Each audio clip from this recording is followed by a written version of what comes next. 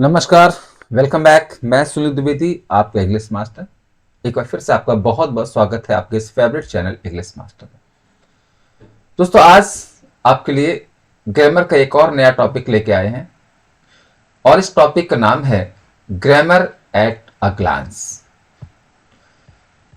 बच्चों, grammar eight a glance की जो हम सीरीज पढ़ रहे हैं, इस सीरीज में आपको जो वर्ड्स पढ़ा रहे हैं, जो हम टॉपिक पढ़ा रहे हैं, तो इस टॉपिक में एट ग्लैंस का मतलब होता है कि पूरा का पूरा टॉपिक आपको एक झलक में, एक शॉट में, एक ही वीडियो में अच्छे ढंग से समझाने की कोशिश करी मैंने।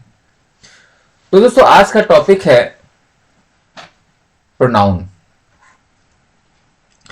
प्रोनाउन क्या होता है बच्चों? प्रो का मतलब होता है फार और नाउन मीन्स नाउन होता है।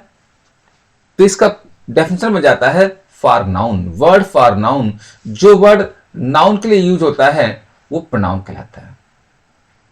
तो दोस्तों, हमने क्या सीखा? A word for noun is called pronoun. अब देखिए, किसी भी टॉपिक में हम तीन चीजें पढ़ते हैं: उसकी डेफिनेशन, उसके काइंड्स और उसके करेक्ट यूजेस। तो क्लियर हो गया? इसका डेफिनेशन क्या है? Pro means for, noun means noun, for noun, word for noun is called pronoun. जो वर्ड नाउन के लिए यूज होते हैं वो प्रोनाउन कहलाते हैं। ठीक है, जैसे एग्जांपल देखिएगा। बोले एक सेंटेंस है, Ram is a teacher, he is my friend. अब बच्चों देखिए, राम क्या है? नाम है। और नाम क्या होता है? नाउन होता है। और ही इज माई फ्रेंड, तो ही किसके लिए बात कर रहा है? ही आया हुआ है राम के लिए, तो यानी for Ram, for noun, pronoun कहलाता है। चलिए अब आगे बात करते हैं, इसके काइंड्स क्या हैं और इसके करेक्ट यूजेस क्या होते हैं। तो देखिए, यहां पर जैसे बच्चों डेफिनेशन दी है, मैंने वो तो सिंपल से एक्सप्लेन किया है। इसकी देखिए डेफिनेशन दी गई है, क्या होता है? A pronoun is a word, pronoun वह शब्द होता है use instead of a noun, जो नाउन के स्थान पर यूज होता है। इट मीन्स, इसका मतलब होता है फॉर अ नाउन, मतलब नाउन के लिए। तो सेम हो गया कि प्रोनाउन वह वर्ड होता है जो नाउन के लिए यूज होता है, मतलब pro means for, noun means noun, for noun. दोस्तों आगे है काइंड्स ऑफ प्रोनाउन। प्रोनाउन होते कितने तरह के हैं? तो पहला है personal pronoun, reflexive pronoun, emphatic pronoun, demonstrative pronoun, indefinite pronoun, distributive pronoun, interrogative pronoun, relative pronoun, exclamative pronoun, impersonal pronoun, reciprocal pronoun। दोस्तों, these are the kinds of pronoun. अब हम आगे क्या करेंगे? इन्हीं काइंड्स को एक एक करके एक्सप्लेन करेंगे कि पर्सनल प्रोनाउन क्या होते हैं, इनके करेक्ट यूजेस क्या होते हैं, इनकी एरर कैसे आती है, ऐसे रिफ्लेक्सिव क्या है, एम्फेटिक क्या है। हम लोग एक एक करके इसको अच्छे से समझेंगे और पढ़ेंगे। तो दोस्तों आगे बढ़ते हैं। अब देखिए, फर्स्ट आपका आया हुआ है पर्सनल प्रोनाउन। यानी कि अब हम बात करेंगे कि पर्सनल प्रोनाउन क्या होते हैं। दोस्तों ध्यान रखिएगा, मेरी टीचिंग की एक पॉलिसी है कि मैं किसी भी, मेरी पेडागोजी क्या है कि मैं किसी टॉपिक को टफ करके नहीं पढ़ाता हूं। I try to make topic easy, चाहे वो वोकैब हो या ग्रामर हो। तो मेरा मानना है कि चीजों को रटो नहीं, समझो। और समझने के लिए आप बस उस वर्ड का एटमोलॉजी कर लो, रूट क्या है, प्रीफिक्स क्या है, तो चीजें क्लियर हो जाती है। अब जैसे देखिए बच्चों, पर्सनल कैसे बनाया गया? एक वर्ड होता है पर्सन, पर्सन मीन्स व्यक्ति होता है। तो फॉर पर्सन, जो पर्सनली यूज होते हैं वो पर्सनल कहलाते हैं। फॉर्म्स ऑफ पर्सनल प्रोनाउंस, यानी पर्सनल प्रोनाउंस के कितने रूप हैं, कितने प्रकार हैं, कैसे बनते हैं।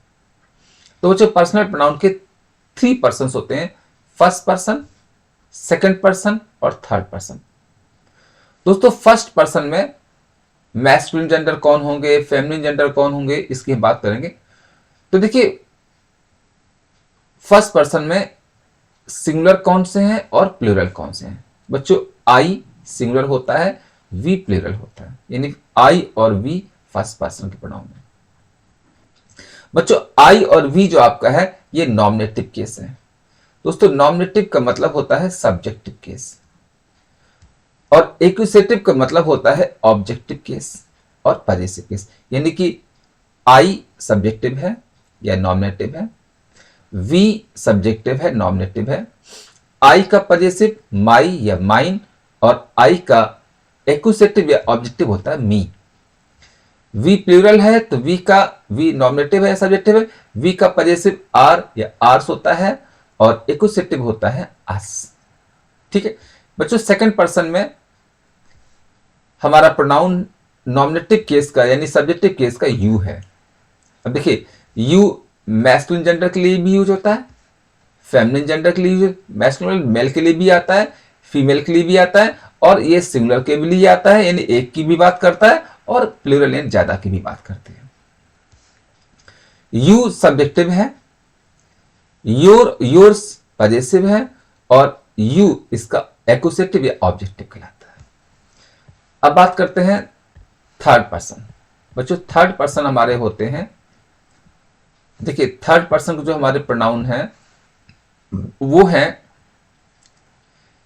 ही, शी, इट और दे। ये थर्ड पर्सन के, और ये चारों क्या है, ये नॉमिनेटिव केस के हैं, मतलब ये हमारे सब्जेक्टिव केस के हैं। ही मैस्कुलिन जेंडर का है यानी मेल के लिए यूज होता है, शी फेमिनिन जेंडर का है मतलब फीमेल के लिए यूज होता है, इट न्यूट्रल जेंडर मतलब नॉन लिविंग के लिए यूज होता है, और दे जो है ये आल जेंडर मतलब फेमिनिन की भी बात करेगा, मैस्कुलिन की भी बात करेगा और न्यूट्रल की भी बात करेगा। ठीक है, दूसरा ही का पजेसिव हिज होता है और एक्यूसेटिव यानी ऑब्जेक्टिव हिम होता है। शी का पजेसिव हर या हर्ष होता है, एक्यूसेटिव या ऑब्जेक्टिव हर होता है। इट का पजेसिव इट्स होता है, एक्यूसेटिव यानी ऑब्जेक्टिव ध्यान रखिएगा, एक्यूसेटिव का मतलब ऑब्जेक्टिव इट होता है, और दे का पजेसिव देयर या देयर्स होता है, और एक्यूसेटिव या ऑब्जेक्टिव देम होता है। तो बच्चों ये हमारे हो गए पर्सनल प्रोनाउंस के कितने फॉर्म्स होते हैं और कैसे बनते हैं। अब देखिए एक नोट लिखा है, ध्यान रखिएगा। नोट क्या कह रहा है, नोट नंबर 1 कह रहा है कि my, our, your, her, their are called possessive adjective. बच्चों यहां पर देयर ये मिसप्रिंट है, ये होना चाहिए था THEIR देयर। ये हमारे पजेसिव एडजेक्टिव कहलाते हैं, क्योंकि because they are use with noun, ये नाउन के साथ आते हैं, नाउन के पहले आते हैं, and do the work of adjective, ये एडजेक्टिव का काम करते हैं। जैसे दिस इज माई बुक। अब देखिए बच्चों माई बुक के पहले आया हुआ, तो बुक नाउन है और नाउन के पहले एडजेक्टिव आता है, तो ये पजेसिव एडजेक्टिव है। That is her book, her noun है तो बुक पहले, सॉरी बुक नाउन है, हर पहले आया हुआ है, तो नाउन के जो पहले आता है वो एडजेक्टिव कहलाता है, तो ये हमारे पजेसिव एडजेक्टिव कहलाते हैं। सेकंड नोट करा है, the word his is use both, यानी हिज जो होता है ये एडजेक्टिव भी है और प्रोनाउन भी, यानी ये पजेसिव एडजेक्टिव भी है और पजेसिव प्रोनाउन भी है। जैसे अब देखिए ध्यान रखिएगा बच्चों, एडजेक्टिव तब होगा जब आगे नाउन आएगा, और प्रोनाउन तब होगा जब आगे नाउन नहीं आएगा। जैसे दिस इज हिज बुक, तो बच्चों यहां पर देखिएगा ये पजेसिव एडजेक्टिव क्यों है, क्योंकि बुक नाउन है और बुक के पहले आया हुआ है। दिस बुक इज हिज, अब देखिए आगे नाउन नहीं है तो ये प्रोनाउन हो गया। थर्ड नोट कह रहा है, इन द फॉलोइंग सेंटेंसेस, यानी जो नीचे सेंटेंस लिखे हुए, the underlined words are possessive pronouns, यानी जो अंडरलाइन मैंने किए हैं ये क्या है, पजेसिव प्रोनाउंस हैं। क्यों पजेसिव प्रोनाउंस होंगे, क्योंकि आगे नाउन नहीं होगा। जैसे दिस बुक इज माइन, आगे देखिए यहां पर नाउन नहीं है। दोज बुक्स आर योर्स, देखिए आगे नाउन नहीं है। That book is hers, noun नहीं है, तो ये सब के सब आपके क्या है, पजेसिव प्रोनाउन है। चलिए आगे बढ़ते हैं।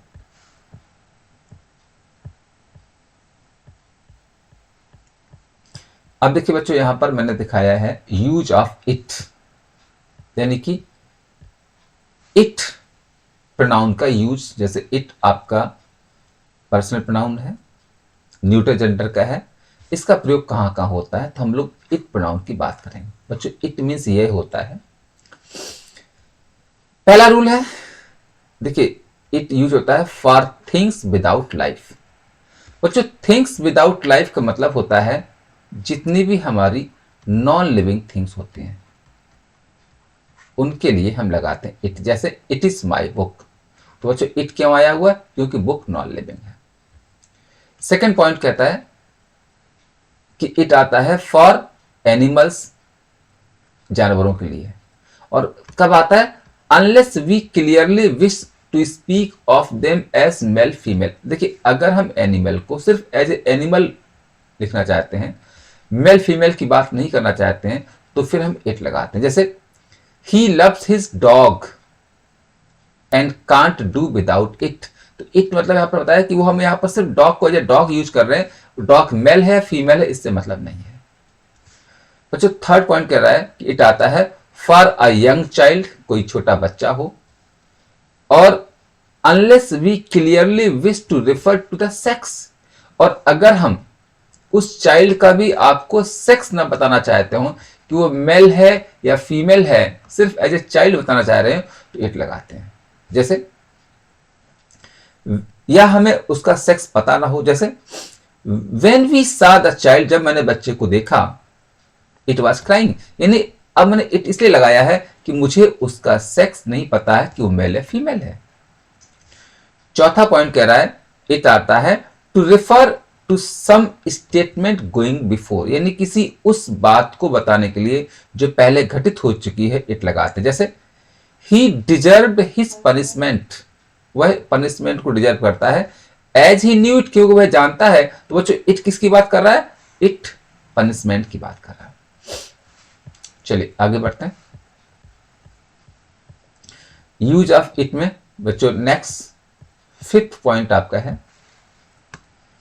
क्या इट आता है as a provisional and temporary subject, मतलब अस्थाई सब्जेक्ट के रूप में, before the verb to be, यानी जो वर्ब टू बी होता है बच्चों, टू बी का मतलब होता है इस, एम, आर या वॉज वर्ब, इन वर्ब के पहले अस्थाई सब्जेक्ट के रूप में हम इट का प्रयोग करते हैं। और कब करते हैं, जब हमारा रियल सब्जेक्ट होता है फॉलो यानी आगे होता है। जैसे इट इज सर्टेन, ये निश्चित है, दैट यू आर रॉन्ग, तो बच्चों हमारा जो रियल सब्जेक्ट है वो ये है, यू आर रॉन्ग, तो इसलिए एक इस का टेम्पोररी सब्जेक्ट क्या हो गया, इट हो गया, यानी इट इज सर्टेन मतलब क्या सर्टेन है कि you are wrong is certain. बच्चों सिक्स रूल कह रहा है इट लगाते हैं to emphasise to the noun or pronoun following. ठीक है, यानी कि देखिए अगर कोई नाउन और प्रोनाउन, बच्चों यहां पर F O double L O W होता है, फॉलो ये नहीं होता है, तो अगर कोई नाउन प्रोनाउन आगे होता है तो उसके लिए हम लगाते हैं इट। जैसे इट वॉज यू, देखिए एम्फेसाइज कैसे करते हैं, it was you who began the quarrel, तो यहां पर देखिए वर्ब टू बी के बाद हम एम्फेसाइज करने के लिए क्या लगाएंगे, इट आएगा। तो क्या देखिए अगर एम्फेसाइज करना है तो इट का प्रयोग करते हैं। जैसे इट वॉज यू, ये तुम ही थे, इट इज सिलीफिश, ये सिलीफिश है, तो यहां पर इट का प्रयोग करते हैं एम्फेसाइज के लिए। बच्चों सेवन कह रहा है इट आता है as an indefinite nominative of an impersonal verb, यानी कि देखिए एक जब किसी हम इम्पर्सनल वर्ब की बात करते हैं, या कह सकते हैं जब कोई मौसम की बात होती है, टाइम की बात होती है, तो इट आता है। जैसे इट रेन्स, वर्षा होती है, इट स्नोज, इट थंडर्स, तो हम कह सकते हैं आपका सिंपल भाषा में इम्पर्सनल वर्ब मतलब होता है कि अगर हम वेदर की बात करेंगे तो इट लगाते हैं, या स्पीकिंग ऑफ टाइम, टाइम की बात करेंगे तो लगाते हैं। जैसे इट इज फाइन, अच्छी बात है, it is winter, it is 10 o'clock, तो यहां पर हम टाइम के लिए इट लगा रहे हैं। चलिए बच्चों आगे बढ़ते हैं। अब यहां पर देखिए लिखा है, अभी तो मैंने इट की बात करी है, लेकिन देखिए आगे क्या कह रहा है, general rules for the use of personal pronouns, यानी जो हमारे पर्सनल प्रोनाउंस हैं कौन कौन से पढ़ाए थे पीछे आपको, I, we, you, he, she, it, they, इनके जनरली रूल्स क्या है, कब और कैसे यूज होता है? तो देखिए रूल नंबर 1 कह रहा है कि a personal pronoun must be of the same number, same gender, same person as the noun for which it stands. यानी पर्सनल प्रोनाउन हमारा उसी पर्सन का, उसी नंबर का, उसी जेंडर का होता है जिस पर्सन का, जिस नंबर का, जिस जेंडर का नाउन होता है। Rule number 2, if a collective noun is viewed as a whole, अगर कोई हमारा कलेक्टिव नाउन है और उसको अगर एज ए होल यानी एक कंप्लीट यूज किया जाए, तो the pronoun standing for it must B singular. तो उस कलेक्टिव नाउन के बदले में जो प्रोनाउन आएगा वो सिंगुलर होता है। जैसे the fleet will reach its destination, यानी कि बच्चों फ्लीट होता है जहाजी बेड़ा, जहाजों का समूह, अपने डेस्टिनेशन यानी अपने गंतव्य स्थान पर पहुंचेगा। तो देखिए यहां पर फ्लीट को क्या किया गया, एक होल, एक साथ पहुंच रहा है, यूनाइटेड है। तो फिर प्रोनाउन हमारा क्या आएगा, जो प्रोनाउन आता है वो कैसा आता है, सिंगुलर आता है। और ध्यान रखिएगा ऐसी सिचुएशन में जो सिंगुलर आता है वो हमेशा इट्स लगाएंगे, क्योंकि बात यहां पर कलेक्टिव नाउन की हो रही है, तो इसलिए इट्स आएगा। आगे देखिएगा, आफ्टर अ फ्यू मिनट्स, कुछ मिनट के बाद, the jury give its decision या इट्स वर्डिक्ट, जूरी ने अपना निर्णय दिया। बच्चों जूरी जो होती है सुप्रीम कोर्ट में 3 या 5 जजों की जो बेंच बैठती है वो जूरी कहलाती है। तो डिसीजन कब आएगा, जब वो एज ए होल या यूनाइटेड होंगे। और ध्यान रखिएगा जब हमारा कलेक्टिव नाउन यूनाइटेड होता है तो पॉजिटिव केस में इट्स आता है, इसलिए यहां पे इट्स लगाया गया। और वर्डिक्ट मींस निर्णय। Rule number 3, if the collective noun conveys the idea of separate individual. अब देखिए वही, अगर कलेक्टिव नाउन से अलग अलग सेपरेट लोगों की बात हो रही होगी या वो डिवाइडेड होंगे, तो the pronoun standing for it must be plural. तो प्रोनाउन हमेरा हमेशा प्लूरल आता है, और जब प्लूरल आता है वो दियर आता है। तो जो सिंगुलर होगा इट्स आता है। जैसे देखिएगा, the jury were divided in their opinions, अब यहां पर जूरी डिवाइड है तो यहां पर क्या लगाया गया, दियर आया हुआ है। Rule number 4, when two or more singular nouns are joined by and। बच्चों रूल क्या कह रहा है कि अगर 2 या 2 से अधिक सिंगुलर नाउन एंड से जुड़े हों, the pronouns use for them must be plural. तो जो प्रोनाउन आएंगे वो कैसे, प्रोनाउन कैसा आएगा, प्लूरल आएगा। जैसे देखिएगा, Ram and Hari word hard. तो बच्चों राम सिंगुलर है, हरी सिंगुलर है, तो प्रोनाउन कैसा आएगा, प्लूरल आएगा। इसलिए क्या लिखा है, they are pressed by their teacher. तो बच्चों ध्यान रखिएगा 2 सिंगुलर नाउन अगर एंड से जुड़े होंगे तो प्रोनाउन कैसा आएगा, प्लूरल आएगा। चलिए आगे बढ़ते हैं। रूल नंबर 5 कह रहा है, बच्चों रूल नंबर 5 कह रहा है, but when two singular nouns joined by and refer to the same person और थिंग। यानी देखिए कह रहा है, अगर हमारे 2 सिंगुलर नाउन एंड से जुड़े हैं लेकिन वो अगर सेम पर्सन या सेम थिंग की बात करते हैं, तो pronoun used must be of course singular. तो प्रोनाउन सिंगुलर आएगा। जैसे the secretary and treasurer is negligent of his duty. अब देखिएगा सेक्रेटरी और ट्रेजरर अपने ड्यूटी के नेग्लिजेंट हैं, तो यहां पर बच्चों प्रोनाउन हमने क्या लगाया, हिज आया हुआ। क्यों आया हुआ, क्योंकि ये दोनों सेम पर्सन है। अब बच्चों यहां पर सेम पर्सन है तो हमें पता कैसे चलेगा, तो इसके लिए देखिए आपको टेंशन नहीं लेनी है, ये बताता है हमारा आर्टिकल कि अगर सिंगुलर नाउन 2 हैं और आर्टिकल जैसे द, आ या एंड अगर सिर्फ पहले आए बाद ना आए, तो यानी कि दोनों सेम होते हैं, यानी जो सेक्रेटरी है वही ट्रेजरर है। Rule number 6। और ऐसी सिचुएशन में वर्ब भी सिंगुलर आता है और प्रोनाउन भी सिंगुलर आता है। अब बच्चे यहाँ पर देखिए हिज क्यों लगाया गया। एक और रूल होता है, आपको पता है कि सिंगुलर अगर मेल है तो हिज आता है, फीमेल है तो हर आता है, नॉन लिविंग है तो इट्स आता है। लेकिन एक रूल होता है, अगर आपका कोई लिविंग बीइंग है और उसका अगर हमें जेंडर नहीं पता है कि वो मेल या फीमेल है, तो फिर प्रायोरिटी हमेशा हिज को दी जाती है। Rule number 6, when two singular nouns joined by and are separated by each or every. यानी अगर दो सिंगुलर नाउन हो, एंड्स जुड़े हों, लेकिन उनके पहले ईच एवरी अगर आ जाता है तो the pronoun must B singular. यानी प्रोनाउन कैसा होगा? सिंगुलर। जैसे देखिएगा यहां पर सोल्जर और सेलर को एंड से जोड़ा गया, लेकिन एवरी आ गया, जैसे एवरी सोल्जर, एवरी सेलर, तो प्रोनाउन कैसा आएगा? सिंगुलर, इसलिए हिज आया हुआ है। और वर्ब भी सिंगुलर आएगा। और देखिए हिज क्यों लगाया गया? क्योंकि हमें नहीं पता है कि सोल्जर मेल है या फीमेल है, या सेलर मेल या फीमेल है। Rule number 7, when two or more singular nouns are used by or either or neither nor, the pronoun is generally singular। देखिए क्या कह रहा है, अगर हमारे दो सिंगुलर नाउन और से जुड़े हों, या आइदर आर से जुड़े हों, या नाइदर नॉर से जुड़े हों, तो प्रोनाउन कैसा आता है? जनरली सिंगुलर आता है। जैसे राम और Hari must land his hand. यहां पर एक शॉर्टकट और बना सकते हैं, शॉर्ट और बना सकते हैं कि जब भी दो सिंगुलर नाउन और से जुड़े होते हैं तो जो प्रोनाउन आता है वो हमेशा नीरेस्ट को देखता है। तो हरी सिंगुलर है इसलिए हिज आया हुआ, और जैसा नीरेस्ट नाउन होता है वैसा प्रोनाउन आता है, वर्ब भी वैसी आती है। Next, when a plural noun and a singular noun are joined by or nor. अब देखिए अगर और नॉर से एक प्लूरल हो, एक सिंगुलर हो, तो जो प्रोनाउन आएगा मस्ट बी प्लूरल, वो प्लूरल होना चाहिए। अब बच्चों प्लूरल कब होगा? जैसे either the manager or his assistant failed in their duty. तो देखिए मैनेजर सिंगुलर था, असिस्टेंट्स प्लूरल है, तो प्रोनाउन कैसा आया हुआ? प्लूरल आया हुआ है। और यहाँ पर देखिए हमने एक और शॉर्ट ट्रिक बना दिया था कि देखिए और के बाद यहाँ पर असिस्टेंट प्लूरल है इसलिए प्लूरल आएगा।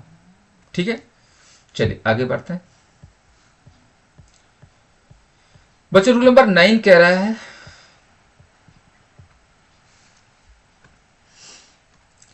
When a pronoun refer to more than one noun. कह रहा है अगर कोई pronoun more than one noun की या वन प्रोनाउन की बात करता है, और वो भी डिफरेंट पर्सन, अगर देखिए डिफरेंट पर्सन के हो नाउन या डिफरेंट पर्सन प्रोनाउन हो, तो it must be of the first person plural in preference to the third. यानी सबसे पहले फर्स्ट पर्सन आता है फिर आपका थर्ड पर्सन आता है। जैसे देखिएगा you and I have done our duty. तो देखिए यहां पर हमारे जब एक रूल ये होता है, जैसे कि देखिए अगर आपके दो या दो से अधिक प्रोनाउन एंड्स जुड़े हों तो इनके लिखने का जो ऑर्डर होता है वो 2 3 1 होता है या 1 2 3 होता है। यानी अगर ये प्रोनाउन सिंगुलर है तो 2 3 1 लगाओ, और प्लूरल है तो 1 2 3 लगाओ। अब जैसे देखिए यू एंड आई, तो बच्चों यू सेकंड पर्सन का है और थर्ड नहीं था तो छोड़, तो फिर फर्स्ट आ जाएगा, इसलिए यहां पर हमारा यू एंड आई लिखा जाएगा। अगला देखिए you and Hari have idle away your time. देखिए यू हमारा सेकंड पर्सन है और हरी हमारा थर्ड पर्सन का है। अब यहां पर फर्स्ट नहीं है तो यहां पर 2 3 1 हो गया। आगे देखिएगा, अब देखिए यहां पर 2 3 1 क्यों लग रहा है? क्योंकि ये सिंगुलर है। Rule number 10, good manners require. यानी गुड मैनर ये कहता है कि we should say you and I, not I and you. हमेशा यू एंड आई कहा जाता है क्योंकि 2 3 1 का रूल होता है, तो यू के बाद आई। जैसे you and he, not he and you. देखिए यू एंड ही क्यों हो रहा है? क्योंकि वही 2 3 1, यानी पहले 2 फिर 3, यानी 3 यू नहीं करेंगे। हरी एंड आई, अब देखिए हरी एंड आई क्यों लिखा जाता है? वही 2 3 1, सेकंड पर्सन नहीं है तो हरी एंड आई आ जाएगा, ये नहीं लिखा जाता है। He and I, not I and he. ठीक है, तो आपका वही रूल क्या कहता है? 2 3 1, 2 नहीं है तो 3 1 आ जाएगा। 11 कह रहा है, रूल नंबर नेक्स्ट कह रहा है, it is a common mistake to use I for me when the pronoun is connected a conjunction and or. यानी जब एंड और से जुड़े होना चाहिए तो हमें यूज आई फॉर मी, यानी कि यू क्या गलत होता है, with some other words in the accusative case. जैसे the presents are for you and me. तो रूल यहां पर बच्चों ये कह रहा है कि प्रोनाउन प्रीपोजिशन के बाद जो प्रोनाउन होता है वो हमेशा ऑब्जेक्टिव केस का होता है, इसलिए यहां पर यू ऑब्जेक्टिव है और मी भी ऑब्जेक्टिव है। My uncle asked my brother and me to dinner. अब देखिए यहां पर क्या है, वर्ब के बाद का प्रोनाउन हमेशा ऑब्जेक्टिव होता है, तो देखिए आस्क वर्ब है, इसलिए यहां पर हमारा मी लगाएंगे। तो हमने यहां पर क्या सीखेंगे कि प्रीपोजिशन के बाद का प्रोनाउन ऑब्जेक्टिव होता है, इसलिए यहां पर मी आएगा, आई नहीं आएगा, और वर्ब के बाद प्रोनाउन ऑब्जेक्टिव, इसलिए यहां पर मी आएगा, आई नहीं आएगा। चलिए रूल नंबर नेक्स्ट बात करते हैं। रूल नंबर 12 कह रहा है कि than is conjunction joining clauses and the case of the pronoun following it may be found by writing the clauses in full. मतलब देखिए यहां पर क्या कह रहा है, he is taller than I और he loves you more than I. तो यानी यहां पर रूल यह है कि देन के बाद का जो प्रोनाउन है वो हमेशा जनरली सब्जेक्टिव केस का रहता है। तो यहां पर देखिए आई लिखा जाएगा, मी नहीं लिखा जाएगा। एक नोट लिखा हुआ है कि how ever एक्यूसेटिव is often used. ठीक है बच्चों, एक्यूसेटिव होता है ऑब्जेक्टिव, कि ऑब्जेक्टिव यूज होता है इन place of nominative after the verb of incomplete prediction.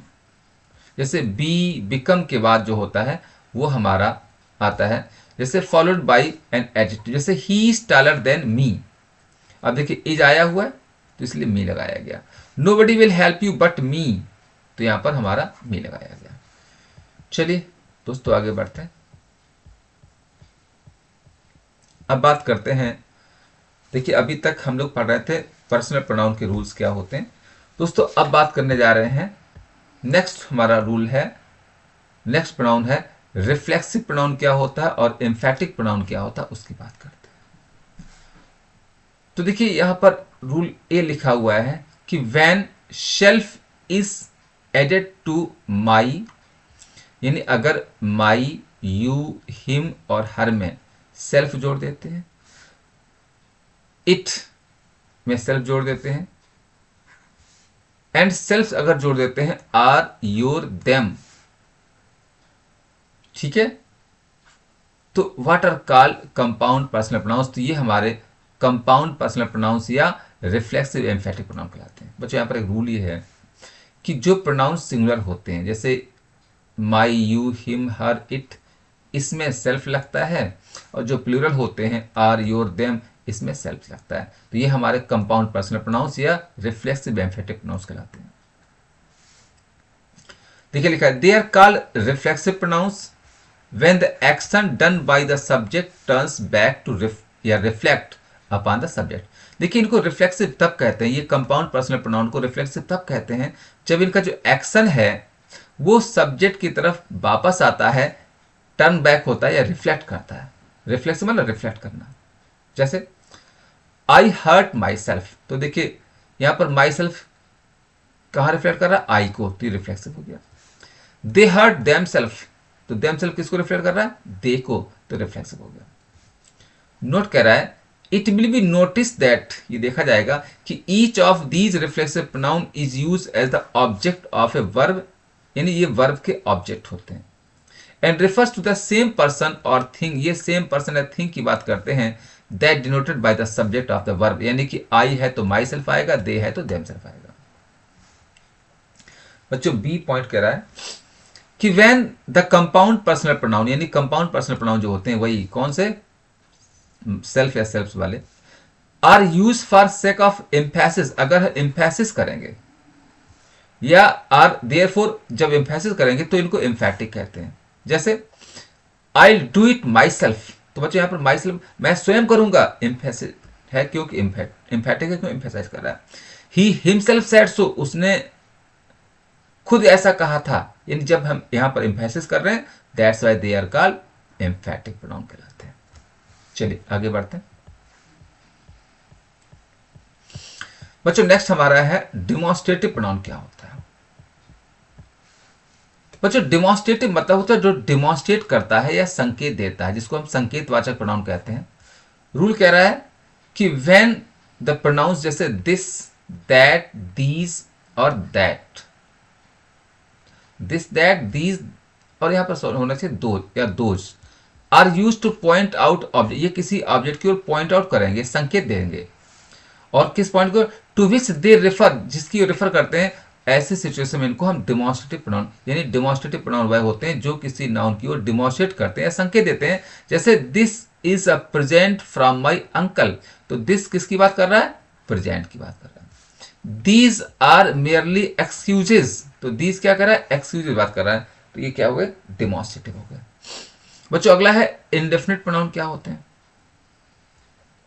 तो बच्चों इंडेफिनिट प्रोनाउन मतलब कि डिफिनिट मतलब होता है निश्चित, इन लगा देगा, इन होता है नॉट। जो डिफिनिट यानी कि इंडेफिनिट प्रोनाउन वह होते हैं जो किसी नाउन के बारे में कोई डिफिनिट इंफॉर्मेशन नहीं देते हैं, तो ये इंडेफिनिट कहलाते हैं। जैसे लिखा हुआ व्हेन, जैसे प्रोनाउन आपके कौन कौन से, one, none, all, some, somebody, nobody, few, many, any. देखिए वन कोई, नन कोई नहीं, आल सभी, सम कुछ, समबडी मैंने कोई व्यक्ति, नोबडी मैंने कोई नहीं, फ्यू थोड़ा, मैनी बहुत से, एनी कुछ, एनीबडी कोई व्यक्ति, एवरीवन प्रत्येक, अदर्स। रेफर टू पर्सन और थिंग्स इन जनरल, अगर ये जनरल बात करेंगे। Do not refer to any person और थिंग इन, अगर किसी पर्टिकुलर की बात नहीं करेंगे तो ये हमारे कहलाते हैं इनडेफिनिट प्रोनाउन, मतलब जनरल प्रोनाउन कहलाते हैं। जैसे one hardly knows what to do, तो वन मतलब जनरल बात कर रहे हैं। ऑल वर ड्राउंड, सभी डूब गए थे, जनरल बात हो रही है। सम आर बॉर्न ग्रेट, कुछ ग्रेट पैदा होते हैं, जनरल बात हो रही है। अब देखिए नोट कर रहा है कि when the sex is not determined we use he. अब देखिए अगर इनके साथ सेक्स पता ना हो मेल या फीमेल क्या है तो ही लगाते हैं। जैसे everyone likes to have his way, अब देखिए एवरीवन मतलब नहीं पता किसकी बात हो रही है, तो हिज आया हुआ है। चलिए आगे बढ़ते हैं बच्चों। नेक्स्ट हमारा है डिस्ट्रीब्यूटिव प्रोनाउन। अब देखिए बच्चों, डिस्ट्रीब्यूटिव वह होते हैं जो एक ही ग्रुप के लोगों को डिस्ट्रीब्यूट करते हैं, बांटते हैं, और ये होते हैं ईच प्रत्येक, आइदर कोई एक, नाइदर कोई नहीं। इनको डिस्ट्रीब्यूटिव प्रोनाउंस कहते हैं क्योंकि दे रेफर टू पर्सन्स और thing one at a time, यानी ये एक की बात करते हैं, और they always followed singular verb, और इनके साथ हमेशा वर्ब कैसी आएगी, सिंगुलर, क्योंकि ये सब एक की बात करते हैं। जैसे आइदर, देखिए एक नोट लिखा हुआ, either and neither should be use only in speaking of two person, यानी आइदर और नाइदर प्रयोग करते हैं जब हम दो की बात करते हैं या दो व्यक्ति या वस्तुओं की बात करते हैं। और when more than two are spoken of, अगर दो से ज्यादा की बात करेंगे तो फिर एनी वन, बच्चों यहां पर होना चाहिए एनी वन या नन का प्रयोग करते हैं, ठीक है। जैसे second point, each is use to denote every one of a number of person things taken singular. देखिए ईच हम तब यूज करते हैं जब हम प्रत्येक की बात करते हैं और वर्ब आती सिंगुलर। जैसे each of man received a reward, तो ये इनमें से सबकी बात हो रही है। थर्ड करें, each other is use in speaking of two person. बच्चों ईच अदर आएगा जब हम दो की बात करेंगे, और वन अनदर आता है जब हम मोर देन टू की बात करेंगे। जैसे two brothers quarrel with each other, अब यहां पर दो की बात हो रही थी, ईच अदर आया हुआ। They all give evidence against one another, अब ज्यादा की बात हो रही है तो वन अनदर आया हुआ, और इनका मतलब होता है एक दूसरे से। चलिए आगे बढ़ते हैं बच्चों, बात करते हैं रिलेटिव प्रोनाउन क्या होता है। देखिए रिलेटिव प्रोनाउन किसे कहते हैं हम उसकी बात करेंगे। बच्चों रिलेटिव मतलब होते हैं जो रिलेशन बताते हैं, संबंध बताते हैं। देखिए लिखा हुआ है कि व्हेन द प्रोनाउंस, जैसे हु, व्हाट, विच और दैट, ये रिफर करते हैं या रिलेट करते हैं। देखिए बस यानी किसी की ओर रिलेट करते हैं टू सम नाउन, नाउन के बारे में, और कौन से, गोइंग बिफोर, जो पहले हो चुका है, आ चुका है, तो वो हमारे इसके एंटेसेडेंट जो होते हैं वो रिलेटिव प्रोनाउन कहलाते हैं। यानी रिलेटिव प्रोनाउन वह होते हैं जो इसके पहले जो नाउन आता है उसके बारे में बताते हैं। फॉर्म्स ऑफ, यानी रिलेटिव प्रोनाउन होते कितने तरह के हैं, तो बच्चों देखिए रिलेटिव प्रोनाउन जो होते हैं ये होते हैं हु, विच, दैट, व्हाट, और ये हमारे सब्जेक्टिव केस हैं। यानी कि नॉमिनेटिव केस है। अब इनका एक्यूसेटिव या ऑब्जेक्टिव केस होता है हु का हुम, विच का विच, दैट का दैट, व्हाट का व्हाट। और इसका जेनेटिव या पॉजेसिव केस होता है हु का हुज, ठीक है, और इनका जेनेटिव नहीं होता है। अब देखिए बच्चों, रिलेटिव प्रोनाउन को यूज कैसे करते हैं। रूल नंबर 1 कि एज ए जनरल रूल, एक जनरल रूल ये है कि who is used for person, कि हु पर्सन के लिए आता है, और इट में रेफर टू ए सिंगुलर और प्लूरल, और ये सिंगुलर के लिए भी हो सकता है और प्लूरल के लिए भी हो सकता है। जैसे the man who is honest is trusted, तो बच्चों यानी हु किसकी बात कर रहा है, मैन की बात कर रहा है, क्योंकि पर्सन है और सिंगुलर है इसलिए हु लगाया हुआ है। They never fail who die in great cause, अब देखिए यहां पर हु लगाया गया, ज्यादा के लिए लगाया हुआ है, ठीक है। देखिए अब यहां पर सेकेंड रूल कह रहा है कि which is use for things without life, यानी जो नॉन लिविंग थिंग्स होती है उसके लिए विच लगाते हैं, या एनिमल होता है तो विच लगाते हैं। इट में रिफर टू सिंगुलर, यानी ये भी एक की भी बात कर सकता है और ज्यादा की बात कर सकता है। जैसे the moment which is lost for ever, तो यहां पर बच्चों मोमेंट क्या है, एक पल है, और पल क्या एक नॉन लिविंग थिंग है, तो विच आया हुआ है। और देखिए आगे नेक्स्ट रूल हमारा है कि that is use for person और थिंग, यानी कि देखिए हु पर्सन की बात करता है, विच थिंग एनिमल की बात करता है, और दैट जो है ये पर्सन की भी बात कर सकता है और थिंग की भी का बात कर सकता है। इट में रेफर टू सिंगुलर, और ये भी हमारा सिंगुलर के लिए भी होता है और प्लूरल के लिए यूज होता है। जैसे दिस इज द बॉय, ये वही लड़का है, that I told you of, जिसके बारे में मैंने तुम्हें बताया था, तो यहां पर दैट आया है बॉय यानी पर्सन के लिए। I know the house that he lives in, अब देखिए मैं उस मकान को जानता हूं जिसमें वह रहता है, यहां पर दैट हाउस की बात कर रहा है। He that is not with me is against me, अब देखिए ही पर्सन है तो दैट लगा रहे हैं। बच्चों देखिए दैट के खास यूजेस होते हैं, स्पेशल यूजेस क्या होते हैं। देखिए नंबर 1 रूल कर रहा है that the adjective in singular, देखिए the adjective in superlative degree, यानी दैट का यूज कहां कहां करते हैं, तो बच्चों दैट लगाते हैं सुपरलेटिव डिग्री के बाद। जैसे he was the most eloquent speaker that I ever heard, तो यहां पर देखिए मोस्ट सुपरलेटिव है इसलिए दैट लगाया गया। दूसरा द वर्ड्स ऑल है कहीं, सेम, एनी, नन और नथिंग के बाद दैट आता है। जैसे all is not gold that glitters, तो ऑल के बाद देखिए यहां पर दैट लगा रहे हैं। It is only donkey that bray, अब देखिए यहां पर इट आया हुआ है, इट आया हुआ तो दैट आ रहा है। Third point the interrogative pronoun who और व्हाट के बाद दैट आता है। जैसे हु दैट सा हर डिड नॉट पिटी हर, देखिए हु के बाद दैट आ रहा है। या what is it that troubles you, तो देखिए व्हाट के बाद दैट आ रहा है। Next rule two antecedents, one denoting a person, other denoting animal और थिंग। देखिए अगर जैसे कि 2 नाउन है, एक पर्सन हो एक एनिमल हो, तो उसके बाद भी दैट लगाते हैं। जैसे the boy and his dog that had ट्रेसपास्ड, तो देखिए बॉय पर्सन है, डॉग है तो क्या लगाएंगे, दैट लगाएंगे। चलिए आगे बढ़ते हैं। अगला रूल है, देखिए पॉइंट वही चल रहा है कि हमारा व्हाट कब आता है, विच कब आता है, दैट कब आता है। तो देखिए रूल नंबर नेक्स्ट कह रहा है कि what refers to things only, what सिर्फ वस्तुओं की बात करता है।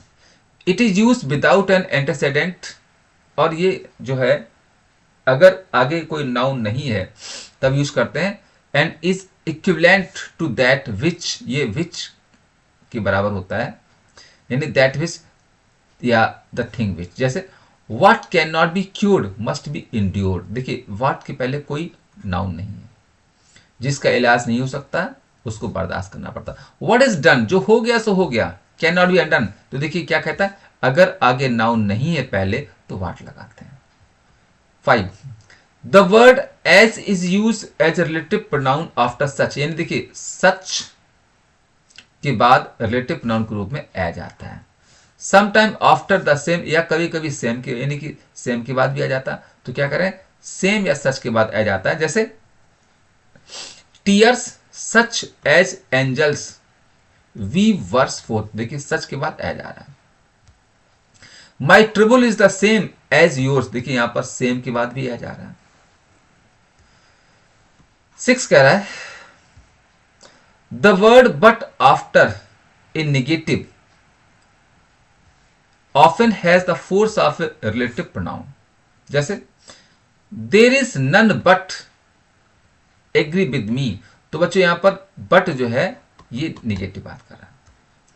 नेक्स्ट पॉइंट कर रहा है pronouns found by adding ever to who which and what are called compound relative pronouns. जैसे क्या होता है कि हु में एवर लगा दिया गया, हु एवर, हुज में whose ever, which ever, what ever, ये हमारे क्या कहलाते हैं बच्चों, कंपाउंड रिलेटिव प्रोनाउन कहलाते हैं। क्योंकि कंपाउंड वह होता है जिसमें एक नाउन में एक नाउन को और संयुक्त कर देते हैं। चलिए आगे बढ़ते हैं बच्चों। अब बात करते हैं इंट्रोगेटिव प्रोनाउन क्या होता है। देखिए बच्चों इंट्रोगेटिव वह होते हैं जो इंट्रोगेट करते हैं। इंट्रोगेट का मतलब होता है प्रश्न पूछते हैं, या कह सकते हैं आस्क अ क्वेश्चन, क्वेश्चन करते हैं। ठीक है, देखिए लिखा हुआ व्हेन द प्रोनाउन जैसे who, whom, whose, which, what are use for asking question, अगर ये क्वेश्चन पूछने में यूज करे जाएंगे तो इंट्रोगेटिव प्रोनाउन कहलाते हैं। जैसे who is there, whom do you want, which is your house, what do you want, ये सब क्या है, इंट्रोगेटिव है। बच्चों अब आगे बात करते हैं errors in use of pronouns. अब देखिए कुछ कॉमन एरर हमारी प्रोनाउन की कैसी होती है उसकी बात करेंगे। तो बच्चों पहला रूल है pronouns are words use to replace nouns are noun group already mentioned, यानी कि प्रोनाउन हमेशा नाउन के लिए आते हैं, नाउन को रिप्लेस करते हैं। रूल नंबर 1 कह रहा है, देखिए यहां पर हम कुछ इंपॉर्टेंट रूल्स एरर की बात कर रहे हैं।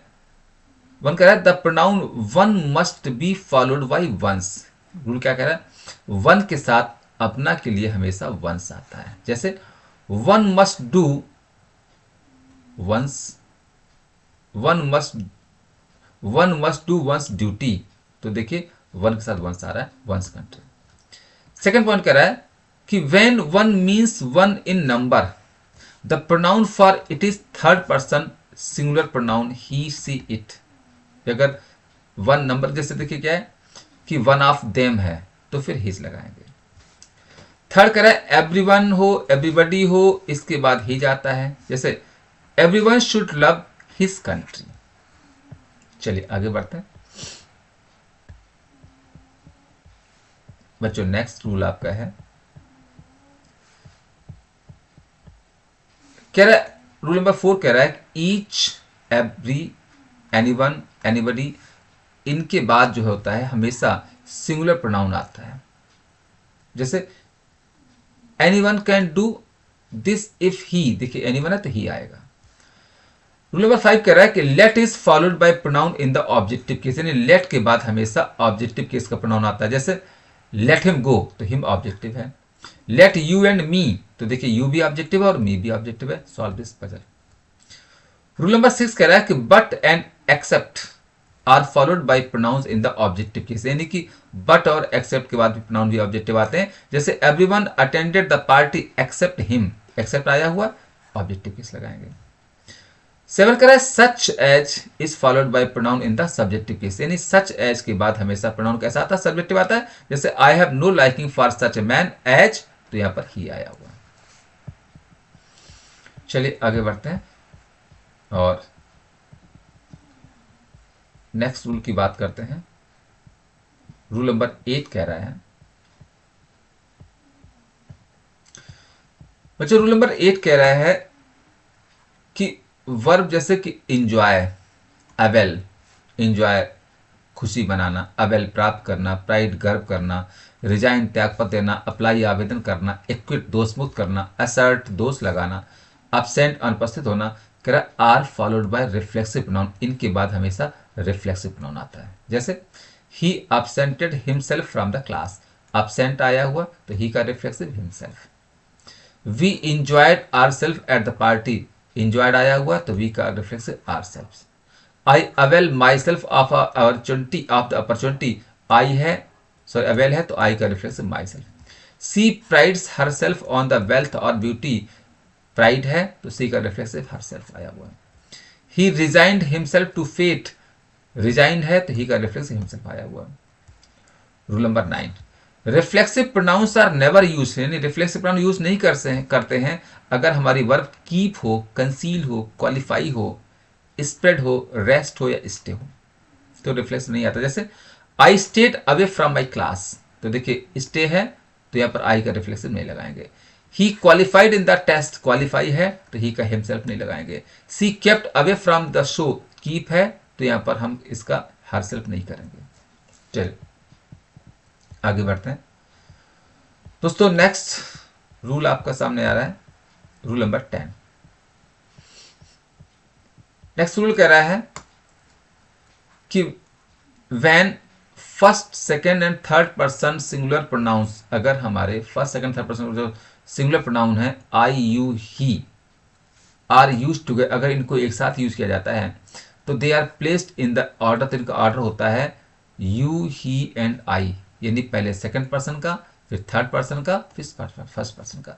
जैसे you he and I are neighbours, और वर्ब हमेशा प्लूरल लगाते हैं। बट देखिए इसका एक एक्सेप्शन है कि in case of plural pronouns, लेकिन अगर प्रोनाउन प्लूरल है तो we comes first then you and they, यानी फिर हमारा ऑर्डर होता है 1 2 3 का, यानी पहले फर्स्ट पर्सन का वी, फिर सेकंड पर्सन का यू, फिर थर्ड पर्सन का दे। जैसे we you and they must work together. अब एक नोट लिखा हुआ है कि if we have only 2 person, अगर 2 पर्सन है इंक्लूडिंग फर्स्ट, देन अगर उसमें 2 में एक फर्स्ट है तो फर्स्ट पर्सन जो प्रोनाउन है वो पहले आता है। जैसे I and Sanjeev have done this job, तो देखिए यहां पर एक आई और संजीव 2 पर्सन है तो पहले फर्स्ट पर्सन आएगा। नेक्स्ट रूल कह रहा है कि हु डिनोट्स सब्जेक्ट, हुम डिनोट्स ऑब्जेक्ट। बच्चों हु सब्जेक्टिव है और हुम ऑब्जेक्टिव है। जैसे who do you think did this job, यानी सब्जेक्ट की बात हो रही है। हुम डिड यू अब्यूज, ऑब्जेक्ट की बात हो रही है। Rule number next, who is use for persons and which for lifeless things, यानी हु पर्सन की बात करता है, विच लाइफलेस थिंग की बात करता है। जैसे this is the table which I was talking about, बच्चों यहाँ विच क्यों आया हुआ है, क्योंकि टेबल नॉन लिविंग है। He married Sunita who is the daughter of my Mr Roy, तो यहां पर हु क्यों आया हुआ, क्योंकि सुनीता पर्सन है। चलिए दोस्तों नेक्स्ट रूल आपका है 13 कह रहा है कि विच कन्वेज एडिशनल इंफॉर्मेशन, यानी विच अतिरिक्त सूचना देता है, और दैट जो होता है वो चीजों को एक्सप्लेन करता है। जैसे I tell you the first thing which I remember, वो पहली चीज जो मुझे याद आएगी, यानी यहां पर विच क्या कर रहा है, एडिशनल इंफॉर्मेशन दे रहा है। I am talking about the traffic management that forms a part of this duty, तो यहां पर दैट क्या कर रहा है, इस मैनेजमेंट को एक्सप्लेन कर रहा है। रूल नंबर नेक्स्ट कह रहा है the following expression usually take that in place of who और विच। जैसे देखिए अगर सेंटेंस में ओनली हो, एनी हो, इट इज हो, ऑल हो, सुपरलेटिव हो, तो इनके बाद अगर रिलेटिव प्रोनाउन लगाया जाता है तो वो हमेशा दैट आता है। जैसे he is the only man that can do it, देखिए ओनली आया हुआ तो फिर दैट आया हुआ। All man that listen to you is a fool, all any आया हुआ तो दैट लगाएंगे। It is the same watch that was stolen, तो देखिए इट इज आया हुआ तो दैट लगाएंगे। All that glitters is not gold, all आया हुआ है तो दैट आया हुआ है। This is the best that we can do, best superlative है तो दैट आया हुआ है। रूल नंबर नेक्स्ट कह रहा है कि एक ईच अदर होता है जो 2 के लिए आता है और एक वन अनदर होता है जो दो से ज्यादा के लिए आता है। जैसे Rahul and Renu love each other, दो की बात हो रही है। दे हेल्प वन अनदर, दो से ज्यादा की बात हो रही है। दोस्तों नेक्स्ट रूल आपके सामने आ रहा है और अगला रूल है बच्चों, बस 20 रूल हैं, 5 मोर, 5 रूल और बचे हैं। 16 कह रहा है the complement of verb to be when it is express by pronoun should be in nominative case. यानी कि टू बी मतलब होता है बच्चों, टू बी का मतलब होता है इज, एम, आर। तो इसके बाद अगर प्रोनाउन आएगा तो वो हमेशा नॉमिनेटिव मतलब सब्जेक्टिव केस होता है। जैसे इट वाज ही, देखिए वाज के बाद ही आएगा, who did it. If I were he, were के बाद ही आएगा, I would not go there.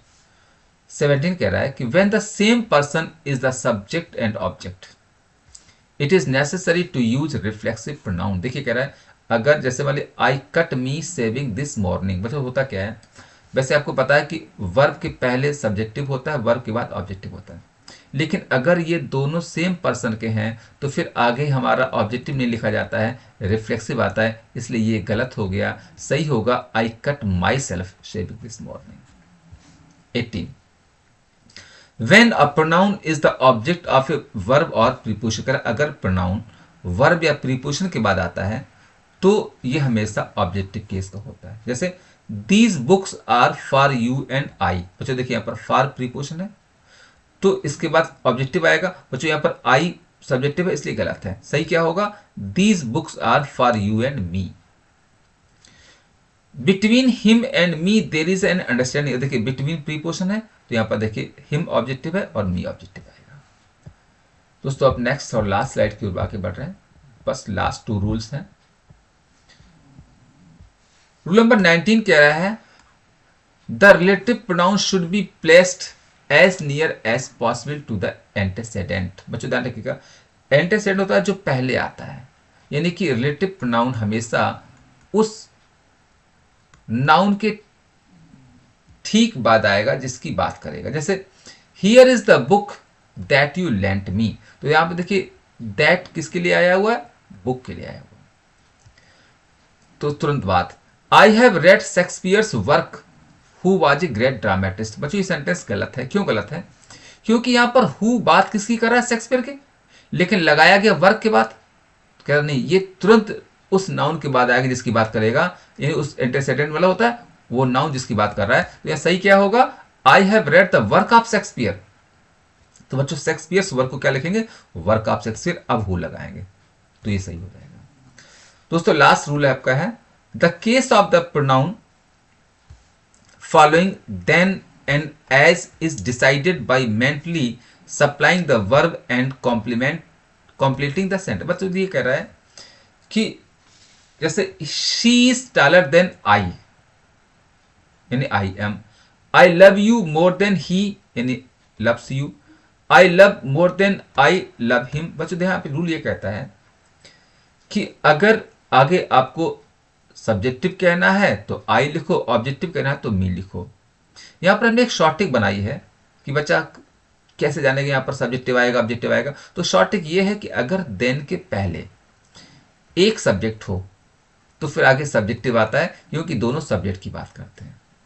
और अगर देन के पहले 2 सब्जेक्ट हैं, जैसे यहां पर देखिए आई यू 2 आ गए, यानी तो फिर आगे आपका यहां पर सब्जेक्टिव भी आ सकता है और ऑब्जेक्टिव भी आ सकता है। अगर सब्जेक्टिव आएगा तो सब्जेक्ट का कंपैरिजन कर रहा है और ऑब्जेक्टिव आएगा तो ऑब्जेक्टिव कंपैरिजन कर रहा है। तो ये शॉर्ट ट्रिक बनाइए आपको। तो दोस्तों ये थे कुछ important rules related to pronoun. मैंने इस पूरे प्रोनाउन को आपको बहुत सिंपल और अच्छे ढंग से समझाने की कोशिश की है। उम्मीद है आपको चीजें क्लियर हुई होंगी प्रोनाउन के बारे में, और आज से शायद आपको अब प्रोनाउन का कभी कोई डाउट नहीं रहेगा। उम्मीद है आपको वीडियो अच्छा लगा होगा, पसंद आया होगा। तो अगर वीडियो पसंद आया हो तो प्लीज़ इस वीडियो को खूब लाइक करें, अपने दोस्तों को शेयर करें और अपने फेवरेट चैनल इंग्लिश मास्टर को सब्सक्राइब करें। मिलते हैं नेक्स्ट वीडियो में, तब तक के लिए नमस्कार, जय हिंद।